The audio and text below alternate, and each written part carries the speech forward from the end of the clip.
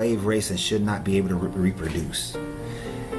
Enki, and that's what Enlil wanted. Enki was of the mindset of no, man has that spark of divinity like every other being in the universe, and man should know.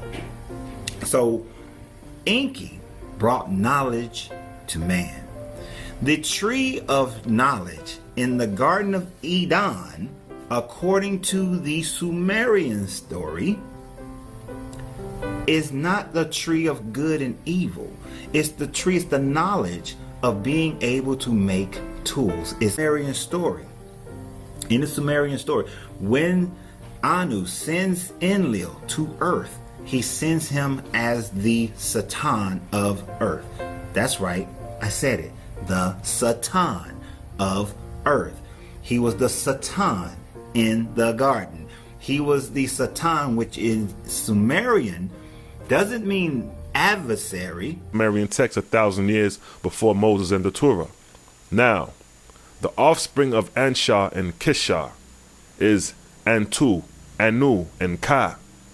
Now, Anu is represented as the sky god, he of the heavens, and it was the god Anu and his offspring which played the biggest role in earth history, which I'm going to prove. Now, Kai, his counterpart, represents the earth goddess and wife to Anu. And it is the combining of Anu and Kai that you get Anunnaki, heaven and earth. Anu meaning heaven or sky, and Kai meaning earth. Now, the offspring of Anu and Kai are Enki, Enlil, and Ninkarsag. And it is these three deities that probably play the biggest role in your biblical account without your knowing. Now, Enki, son of Anu, was considered the Lord of Earth. En equals Lord and Kai equal Earth. So the name Enki means Lord of Earth. He is also known in Sumerian texts as Ea. The name of his temple was called Eridu.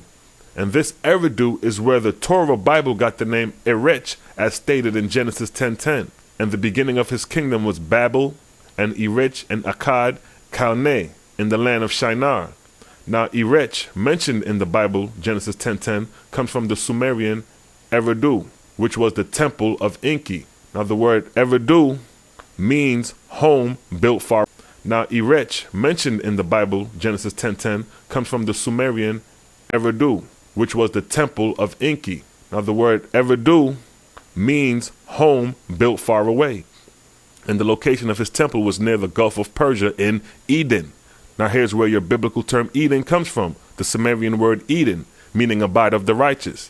Now here's where your biblical term Eden comes from, the Sumerian word Eden, meaning abide of the righteous. And it was this god Enki that was responsible for making Adamu. And this is where you get your biblical Adam, from the Sumerian word Adamu.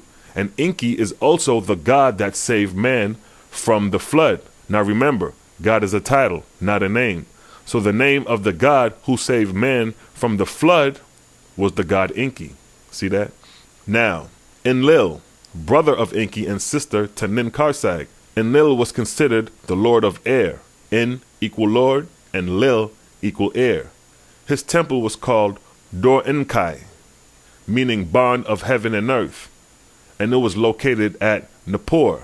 Enlil was considered your jealous and angry god. It was Enlil that brought the flood in the Sumerian text. So now let's examine this for a minute.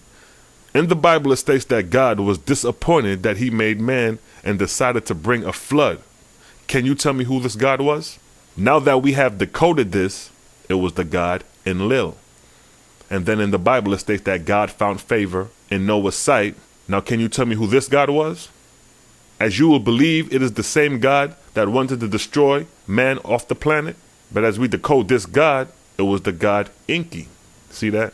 So I'm decoding the difference between the gods, decoding who is the gods by name, instead of blindly believing that this is one God in your creation story.